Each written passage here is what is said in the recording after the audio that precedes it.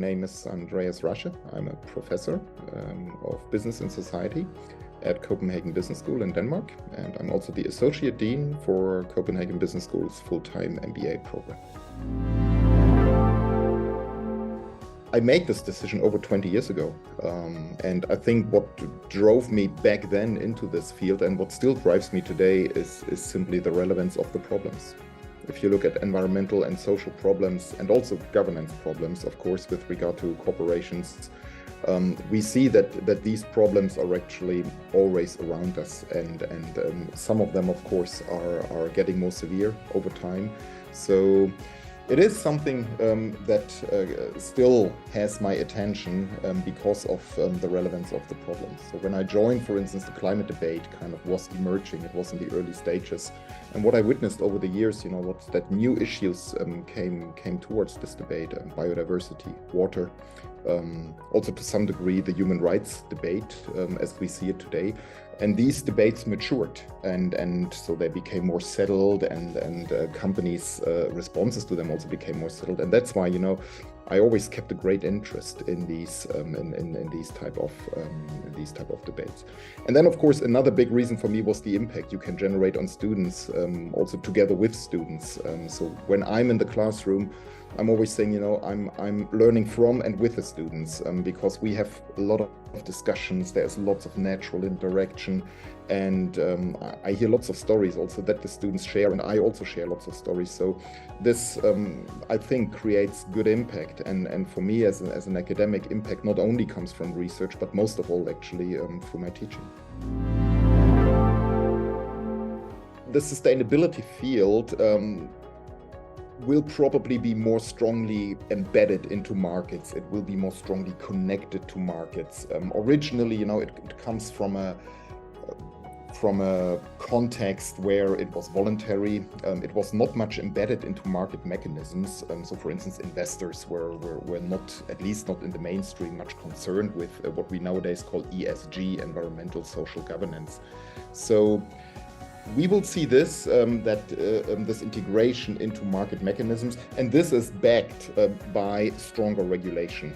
We see this in Europe here very strongly. The European Union has launched a number of regulatory initiatives, which, by the way, our students are very, very interested in, because this is something they need to know, both in terms of compliance knowledge, but also in terms of knowledge of how do you govern actually an organization. So it is this move towards regulation is something here in Europe that very much defines the debate these days. And we also see it, at least the first stages of it in other parts of the world, for instance, in the US, right? So the Biden-Harris administration, they have actually done quite a bit to push the climate agenda. Climate will be a factor that comes in when the US government, for instance, does public procurement. So the field is really moving into the mainstream. It's moving to the core of organizations. And this is something I think that we haven't seen over the last years, and which of course makes it incredibly exciting these days to teach it. Because basically you don't teach something that exists on the side of companies, but you teach something that is at the very core of organizations these days, that is at the very core of governance, that is at the very core, for instance, of what boards of directors need to be concerned with. So, and this is also a message I think that we get across to students, that of course the problems become more severe, but the solutions are also there, and we still have time to mainstream these solutions within organizations. MBA students, they need to fully understand the context in which businesses operate, right? I mean, an MBA is a general management education. This is the gist of an MBA. This is, for instance, also what business schools are accredited for. So all the other topics that you see in the MBA curriculum, for instance, be it supply chain, strategy, these are impacted by sustainability considerations these days. So if you work out a company strategy or a company supply chain strategy, then you need to consider sustainability factors. And this is, I think, something that all MBA students, first of all, need to be aware of, but also need to be able to put into action, so to say. That's why for me, sustainability, ESG, responsibility considerations, they belong into the core of the MBA curriculum and not just, an elective on the side. And that's why also we at CBS here, for many years, we actually have had a core course on this, so it is part of the mandatory curriculum. So for instance, in my course, so I'm teaching the sustainability core course. What we do with the students is we run a simulation where the students need to manage the CO2 emissions of a hotel. And this is incredibly exciting for the students, because when you first discuss with them things like scope 1, 2, and 3 emissions and climate mitigation strategies and climate adaptation strategies, a lot of this is still quite abstract, even if you back it up with examples and cases and so on. But then once they move towards the simulation, they tend to understand, oh, okay, so this is actually, it's actually tricky to integrate this into the day-to-day operations. And there are a number of trade-offs that you as a manager need to be aware of whenever you manage CO2 emissions of an organization. So the hotel management simulation with regard to achieving net zero targets is a part of my course, and it is good fun, but it also provides a lot of learnings for the students about the practicalities of managing for net zero targets. At CBS, we decided we don't run a portfolio of many electives. What we do is we offer 4 concentrations, because we believe this is the better route towards really educating students in those areas where we believe also we have core competencies. And otherwise students walk around with a little bit of knowledge here, a little bit of knowledge there. So choosing a concentration actually also prepares students very much for the job market and allows them really to relate towards the job market and the actual tasks that they will have to then fulfill in practice. So one of these concentrations is what we call governance and sustainability. And we brought this in 4 years ago because we saw that through ESG, so environmental social governance, the corporate governance and the sustainability agendas are actually becoming closer, becoming more interconnected. And this is something that we've seen on both sides of the debate. So we saw it in the corporate governance field and in the sustainability field. So we thought, we join forces here with those teachers that teach corporate governance, risk management, for instance, and those teachers that teach sustainability. And we try to make students understand how do governance and sustainability play together whenever you exercise sustainability in corporations. So in that sense, for instance, what the concentration does is it gives students a lot of knowledge about how do you govern internally for ESG, how do you prepare a board of directors, for instance, for ESG considerations, how do you talk to senior managers about ESG, how do you compensate senior managers based on ESG. And then also what is of course part of the concentration is a deep dive into the sustainable finance field. So for instance, this is what I'm teaching within the concentration. And the sustainable finance field itself, of course, has the strong focus also on governance indicators. So nowadays corporations are scored on how well they do with regard to governance, and this comes on top of their environmental and social performance. So we think this concentration overall prepares students very well. Some of my research has been on sustainability certifications for business, and obviously, I mean, these certifications, they are contested. On the one hand, they are better than nothing. On the other hand, they also do not address the root causes of a lot of the problems. I mean, take for instance, simple example of certifications along supply chains in the textile industry. We know, for instance, that at quite a bit of suppliers in the textile industry, working conditions are not what they are supposed to be. So we have human rights and labor rights violations there. So what a lot of Western buyer firms do is they, have their suppliers certified. The problem here, and this is also what my research shows, is that this doesn't go far enough in the supply chain. So what firms usually certify is the first, or maybe at the most the second tier of the supply chain. So supply chains tend to be very, very long. So textiles, for instance, can be produced by sub-suppliers, sometimes even at the homes of people. So in that sense, very often, the certifications that companies present and that companies get in order to ensure just working conditions in their supply chains are not actually addressing those actors where the actual work is happening, but only the final assembly, for instance, or only the final packaging of the product. And this is, of course, concerning. Another problem here is that these type of certifications, that there is quite a lot of gaming, I would say, between those certification bodies, so those companies that offer the certification, and the suppliers that are supposed to be certified. So we see corruption, we see double standards, we see quite a lot of faking also. So this is not to say, and don't get that wrong, this is not to say, that we shouldn't trust certifications and labels. I think, indeed, we need to use them for lack of anything better. But what we do need is, I think we need uniform standards for these certifications and labels, because our last count here at CBS was that we have over 400 of these certifications worldwide. And of course, this creates a market that confuses companies, confuses consumers, confuses us as academics also. And standardization in the field is simply lacking. And of course, this is something that we really need to aim at. The European Union, again, talking about laws, is trying to take care of this. I mean, they introduce, I think next year or the year after, what they call a Green Claims Directive, which will, at least here in Europe, standardize a bit which kind of certifications companies can use, and hence this levels the playing field a bit.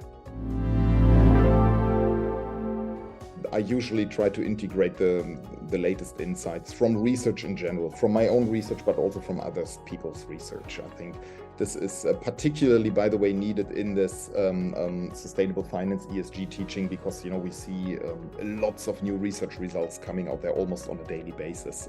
Just to give you one example, there is research basically showing that the ESG ratings, so those companies that rate other companies in terms of their ESG performance, that they diverge a lot. So one company, one good example actually is Tesla, can be rated as very sustainable by one ESG company and can be rated as very unsustainable by another ESG rating company. And of course, this is something that I then integrate into class. So exploring with the students, I mean, what are the managerial consequences of this? Should you trust raters? If you don't trust raters, what is a good strategy? And in this case, of course, the strategy is you need the ESG information, but just relying on one rating company, of course, can give you quite biased results. So that's why, for instance, we always say 2 to 3 raters combining the results is a good idea, to not get too much outliers in there, because of the way that these kind of ratings work. So yes, it is definitely something that we do a lot here at CBS, integrating research into teaching, not in the sense that that we present students with nitty-gritty methodological details, but more with what has been found. What are the results that they need to factor into their decisions. I would point to 4 things. I think the first one is you need to be a good team player, because sustainability is a lot about collaboration. It's a lot about collaborating internally, but also externally. So for instance, look at the recent developments here in Europe with regard to the sustainable finance field. What you need is collaboration between the finance and the sustainability teams internally. So you need to be a person that can actually instill such collaboration and that can work with such collaborations. And then also externally speaking, a lot of companies, they work with external partners, NGOs, for instance, or the United Nations. So you need these collaborative competencies. The second competency, I think, is a certain, what I would call simply business awareness. ESG sustainability is nothing that exists detached from business. It is business at the end of the day. So what you need is, through this business awareness, you need to get a feeling for the risks and opportunities, and you need to judge companies' risks and opportunities based on sustainability knowledge.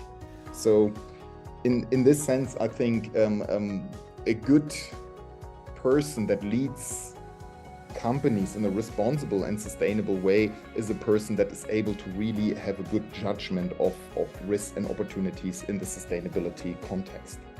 The third one, I think, for me at least, would be adaptability. Why? Because the field is, and I said it in the beginning, the field is changing or undergoing changes all the time. It is not a static field, you know. Some other fields in business schools are rather static, like accounting, for instance, right? I mean, of course, things also change in accounting, but the changes that you see on the sustainability side and the pace of these changes is really not comparable to what you see in other fields.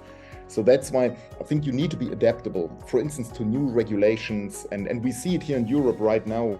We, for instance, here at CBS, we get a lot of calls from corporations basically asking us, you know, so how can you help us, you know, to teach people internally about how to integrate these new regulations into the organization and what kind of managerial consequences this has.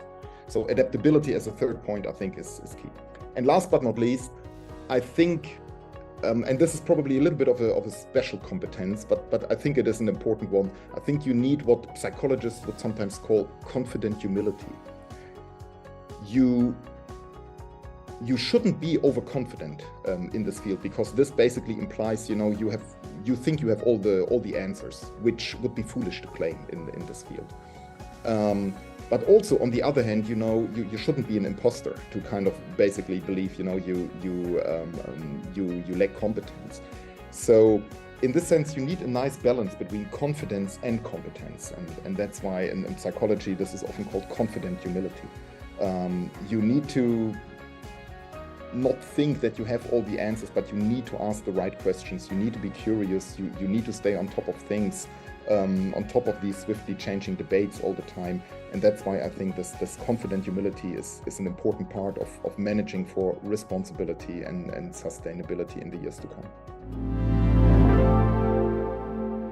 If corporate partners reach out to CBS, this can happen in different ways. In some cases, this happens through our executive education, right? So that we run programs for them, or run a day or 2 days for them.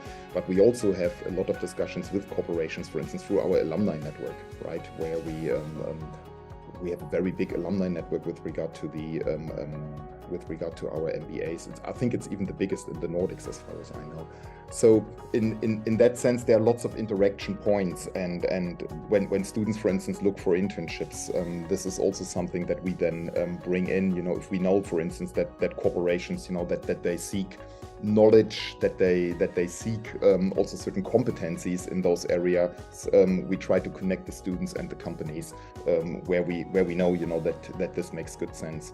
So it is a very natural ecosystem, if you want to put it that way, where we try to connect both. And Denmark, being a small country, of course, helps here. I mean, people know each other here, so you have a good understanding, I think, of what companies are aiming for with regard to sustainability. And also, of course, we know what our students are looking for. So this allows us to match both very well. In Europe, actually, this is still not very common for MBA programs. So part of CBS's program is an internship in the full-time MBA, so that you really do an internship here with a Danish company. Lots of our students are non-Danes, and that's why we want to connect them to the labor market. And internships are an excellent way for our students to get to know the Danish work culture. And to get to know potential employers. So what we've seen in the last couple of years is actually that quite a bit of students actually convert, you know, from this internship then into a job afterwards. And we think that you know, given given that also the students who come usually have an interest staying here in Denmark, at least some of them, we believe that this is an important option. Although it is not mandated that students have to do the internship in Denmark. I mean, they can do it wherever they want. Although I would say we have lots of exciting companies here in Denmark. So usually students are quite happy here, particularly in the Copenhagen scenery, you know, to find a business and to connect to businesses here. Because again, quite a number of our students are non-Danes. We also tell them, you know, what to take care of when they negotiate their internship contracts and how to do this kind of in a Danish context. I mean, the companies we connect them to, for them, you know, speaking English is absolutely no problem. Actually, quite a number of companies here in Denmark have English as their day-to-day working language, and this is of course something which helps a great deal.